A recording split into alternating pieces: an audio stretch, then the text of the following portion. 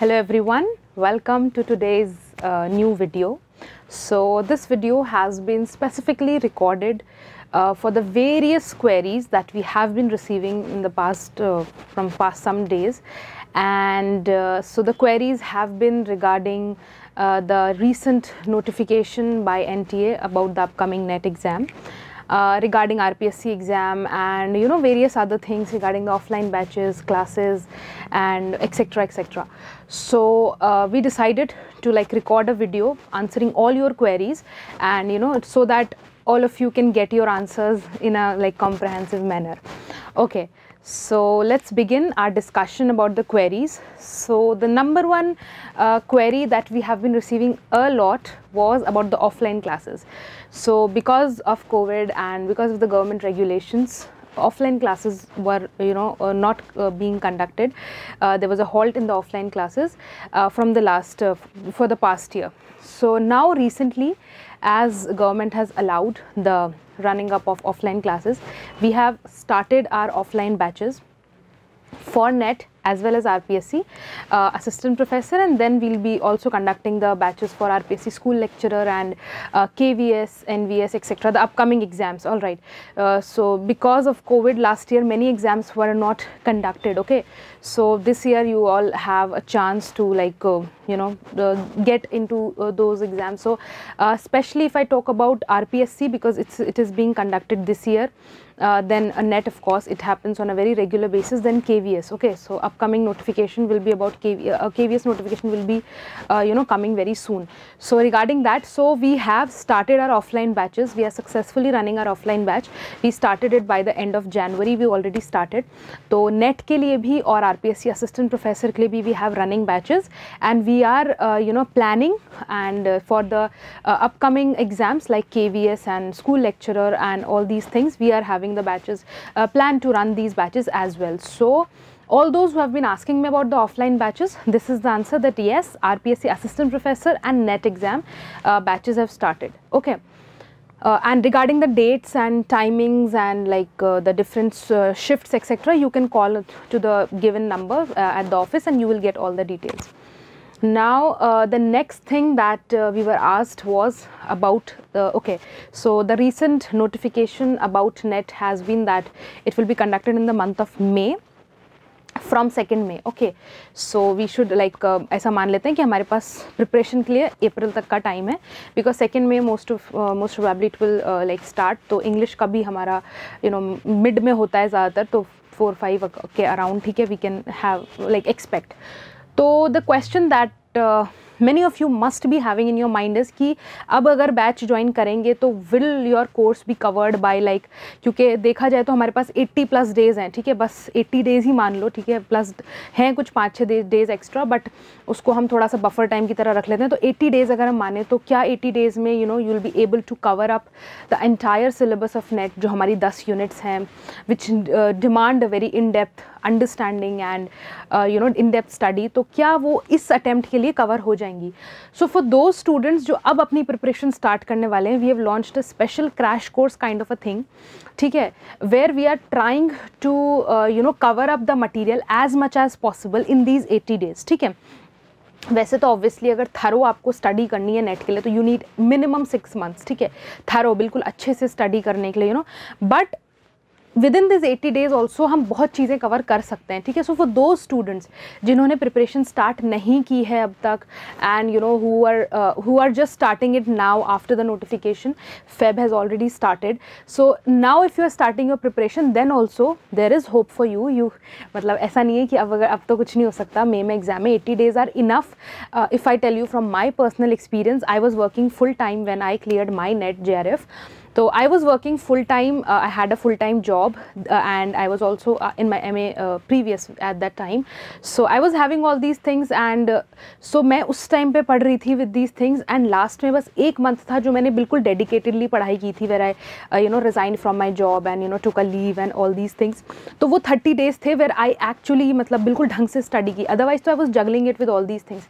तो from my personal experience I can assure you that कम नहीं होते हैं ये दिन भी. Even if I could do it in 30 days, तो आई थिंक 80 डेज़ तो डबल से भी ज़्यादा है. So you can do it in 80 days, ठीक है. उसमें यही होता है कि हम ये ट्राई करते हैं कि हम ये देखते हैं कि किस चीज़ का वेटेज ज़्यादा है, ठीक है।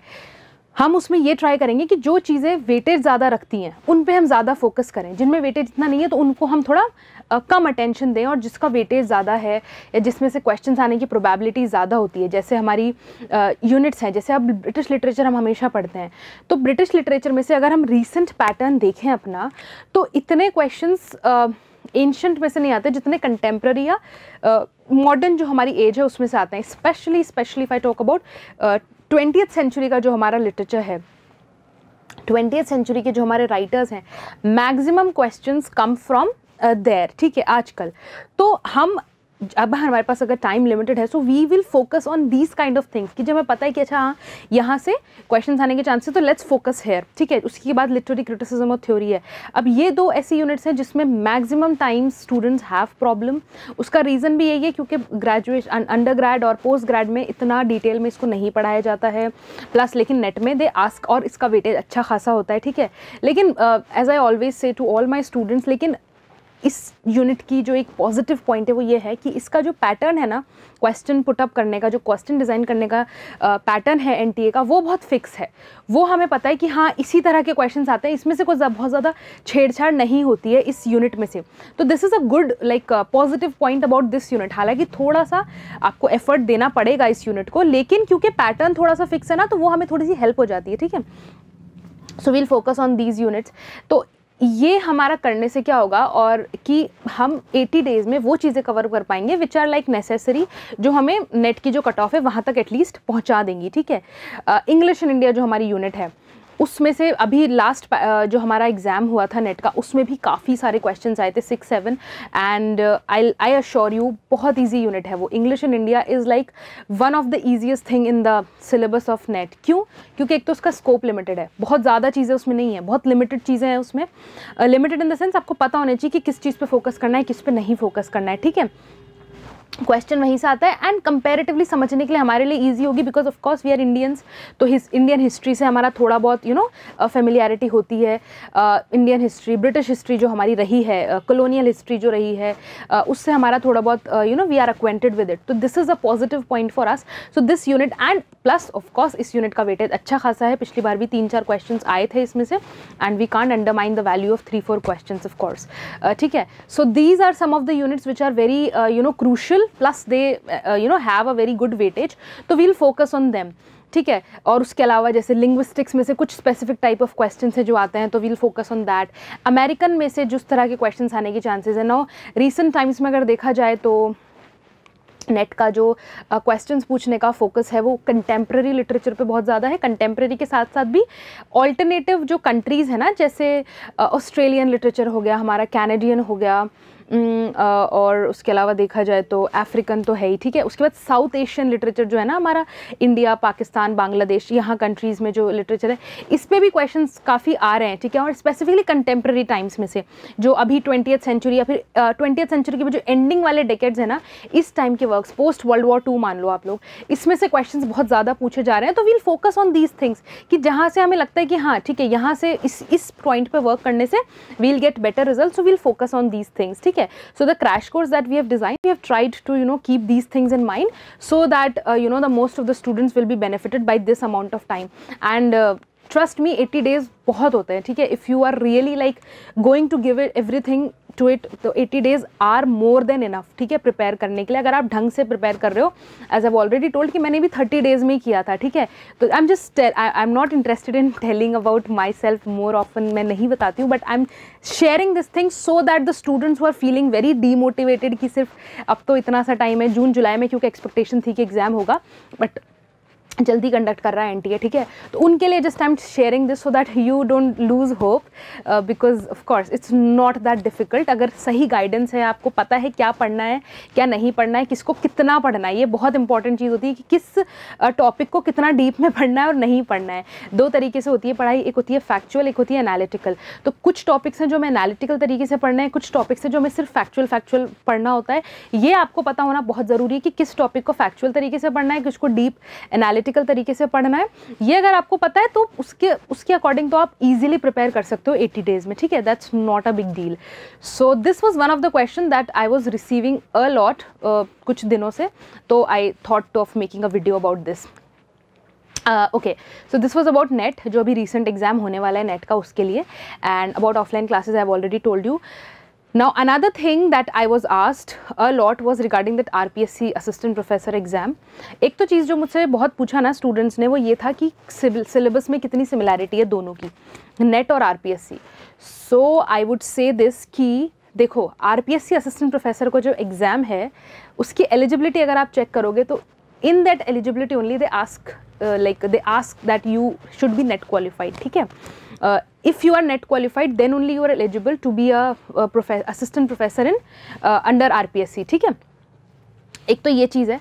तो बहुत सारे स्टूडेंट्स हैं ऐसे जिनका नेट क्लियर नहीं है but who are willing to like give this exam of RPSC. तो उन लोगों ने मुझसे क्वेश्चन पूछा था कि इन केस अगर हम RPSC का एग्ज़ाम, तो उन्होंने फॉर्म्स भर दिए एंड अगर हम उसका एग्ज़ाम दे देते हैं तो लाइक मतलब what is like can we do it, कि नेट हमारा अभी क्लियर नहीं है बट वी आर प्लानिंग कि इस साल हम we try to like clear it, तो क्या करना चाहिए. Good news for them is कि इस बार RPSC जो कंडक्ट हो रहा है उसकी भी डेट आउट हो चुकी है. 30 अप्रैल को हमारा इंग्लिश लिटरेचर का पेपर है RPSC असिस्टेंट प्रोफेसर का, एंड मई में अपना इसका नेट का पेपर है. And this is a really a very golden opportunity for those students जो RPSC असिस्टेंट प्रोफेसर का एग्जाम दे रहे हैं बट उनका नेट क्लियर नहीं है. उनके लिए गोल्डन चांस क्यों है, क्योंकि आप 30 अप्रैल को अपना एग्जाम दो RPSC का, उसके बाद आपका नेट के जो ये टाइमिंग्स है ना कि 2 से जो मतलब मई में जो आपका कंडक्ट हो रहा है, तो जस्ट ट्राई टू मतलब थोड़ा like work hard and try to get your NET cleared in this attempt. उससे क्या होगा कि जैसे आपने एग्ज़ाम दे दिया RPSC का, उसके बाद आपका नेट का एग्ज़ाम हो गया. प्लस पॉइंट ये है कि जैसे जो नेट आपका सर्टिफिकेट होना चाहिए ना नेट का, वो आपके पास तब होना चाहिए जब आपका इंटरव्यू हो रहा है, ठीक है. एग्जाम टाइम पे आप RPSC असिस्टेंट प्रोफेसर का जब एग्जाम दे रहे हो तब आपके पास नेट नहीं है, डजेंट मैटर. वो जो वेरिफिकेशन होता है डॉक्यूमेंट्स का, वो इंटरव्यू के टाइम पे होता है, when they will conduct interview, उस दिन आपके पास नेट सर्टिफिकेट आपका होना चाहिए, ठीक है. तो जब भी अभी इंटरव्यू डेट्स डिक्लेयर नहीं हुई हैं, तो जब भी इंटरव्यू डेट्स डिक्लेयर होंगी तो उन इंटरव्यू डेट्स से पहले तक आपका क्लियर हो जाना चाहिए, ठीक है. तो फॉर दो स्टूडेंट्स जिनका नेट क्लियर नहीं है but who are willing to become an assistant professor under RPSC, उनके लिए बहुत अच्छा चांस है that you can give your exam. फिर मई वाला आप अटेम्प्ट दो and try to clear it. तो और UGC रिजल्ट्स भी जल्दी डिक्लेयर कर देता है, विद इन अ मंथ से भी कम टाइम में कर देता है कई बार. तो आपको आपका नेट का सर्टिफिकेट है ना, आपको उससे पहले मिल जाएगा. तो it will be very beneficial for all those students जिनका अभी तक नेट क्लियर नहीं है, ठीक है. या सो this was one thing. Another thing about the syllabus, कि सिलेबस में क्या सिमिलैरिटीज़ हैं, क्या डिफरेंसेस हैं, ठीक है. पहली चीज़ तो मैं ये कहूँगी कि सिलेबस के बारे में अभी बात करेंगे नेक्स्ट. पहली चीज़ जो मैं बात करना चाहूँगी वो ये है कि पेपर पैटर्न दोनों का थोड़ा डिफरेंट है, ठीक है. डिफरेंट इन द सेंस कि RPSC ऑलरेडी ये अज्यूम करता है कि नेट आपका क्लियर है, ठीक है, क्योंकि ऑब्वियसली एलिजिबिलिटी में डाला है. और नेट में आपको ऐसा माना जाता है कि you are a PG student, ठीक है, most probably, and you are like willing to go for a career in lecturer and professorship, ठीक है. तो सिलेबस में ना थोड़ा सा ये डिफरेंस आ जाता है. जैसे RPSC के सिलेबस में हमें ग्रामर भी पढ़ना पड़ता है, जबकि नेट में हमें ग्रामर नहीं पढ़ना.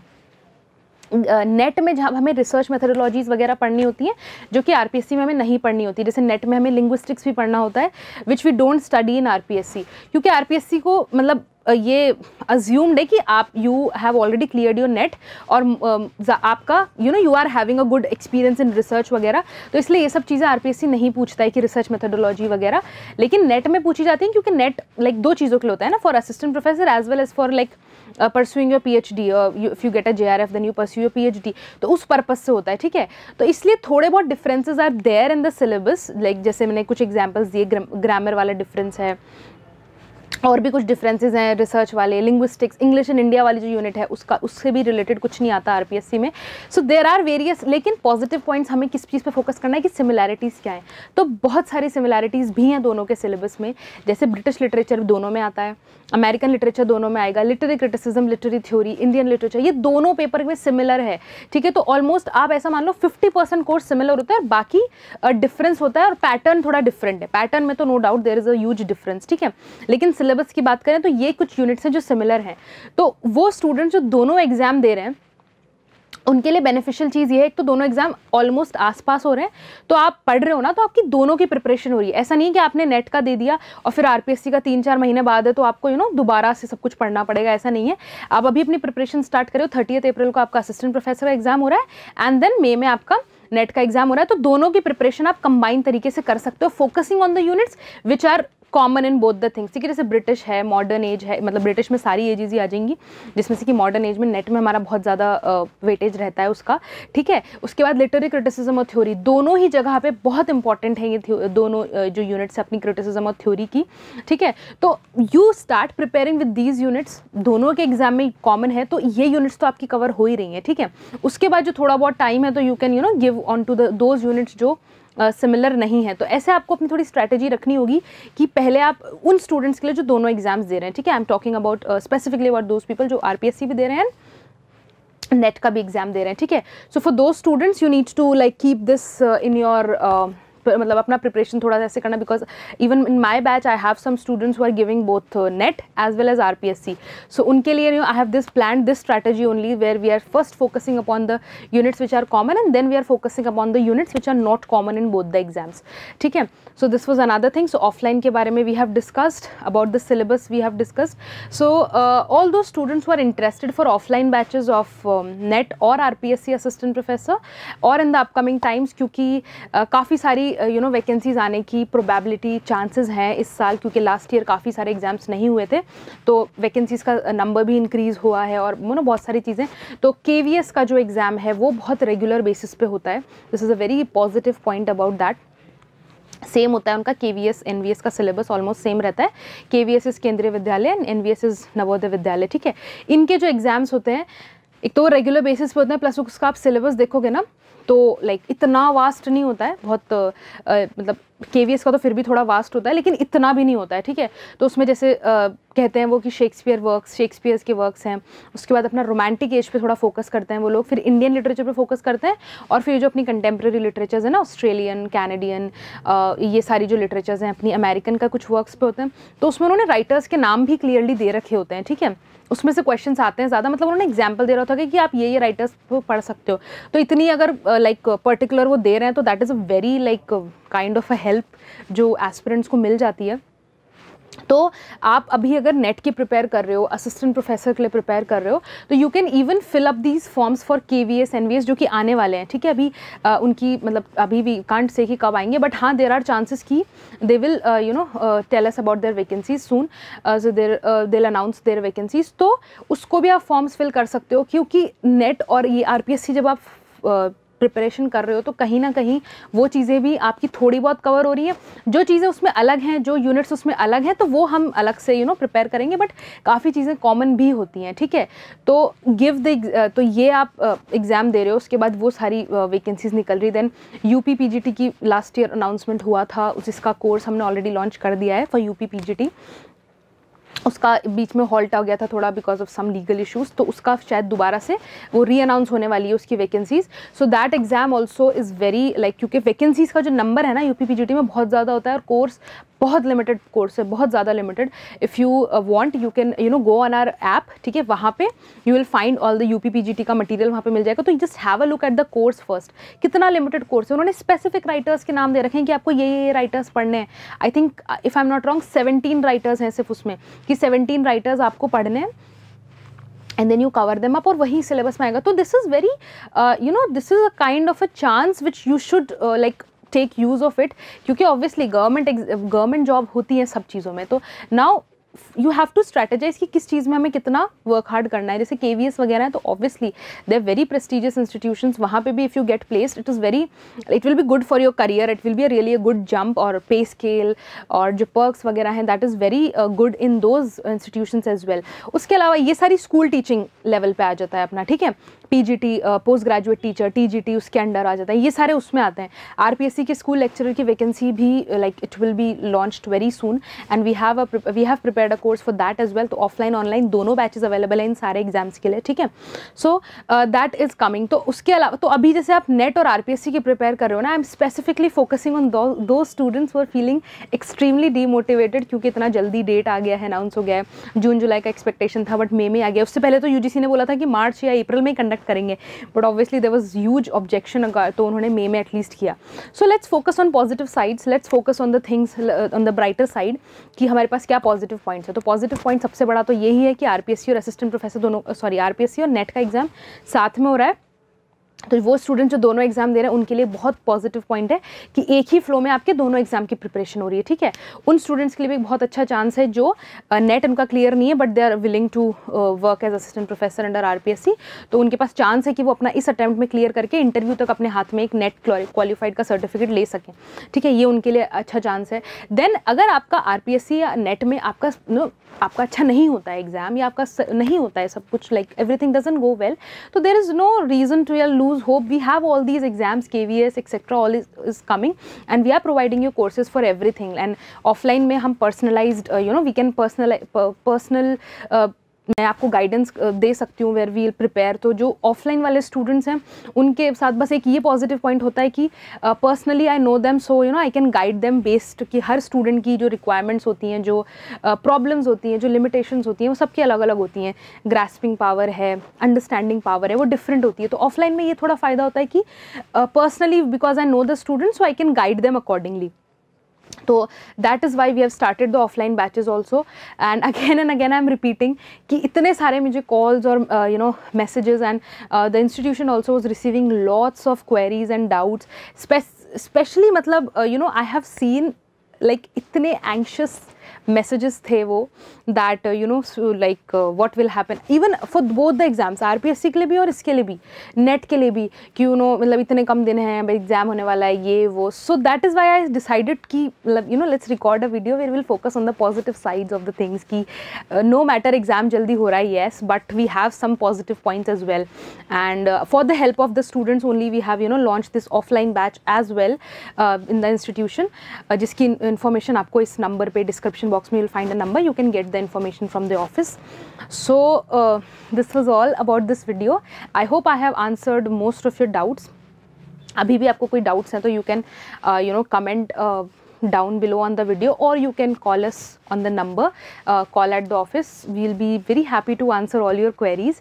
So I hope this was helpful for you. I hope I was able to curb little bit of your anxiety, which I was feeling. There was a lot of anxiety and kind of furious. Students were really furious that क्यों हो रहा है, ऐसा क्यों हो रहा है, exam तो होगा ही ना, like obviously, but we need to prepare strategically, we need to plan very efficiently किस चीज़ पे फोकस करना है, किस पे नहीं फोकस करना है. अगर ये आपको पता है ना तो ट्रस्ट मी 80 डेज़ या 70 डेज़ इनफ होते हैं एग्जाम्स को प्रिपेयर करने के लिए. ठीक है, डीप स्टडी के लिए तो ऑब्वियसली 6 मंथ्स चाहिए, लेकिन 80 डेज़ में भी हो सकता है, ऐसा नहीं कि इम्पॉसिबल है. बहुत हद तक आप कवर कर सकते हो, and we are trying to do that in our offline batches as well as online तो चल ही रहे हैं. ठीक है, ऑनलाइन में तो you all know we have already discussed about it a lot. तो ऑफलाइन के लिए स्पेसिफिकली एल से, और क्रैश कोर्स जो है हमारा which we are conducting in the offline as well as in the ठीक है ऑनलाइन वाला भी, तो you can go to that and you will have the all the information about it. So I hope this was helpful to you. You can send in your doubts, or you can mail or send in the comments, and we'll be really happy to answer you all. Okay, so thank you, all the best for your exams, and I'll see you in the next video. Thank you.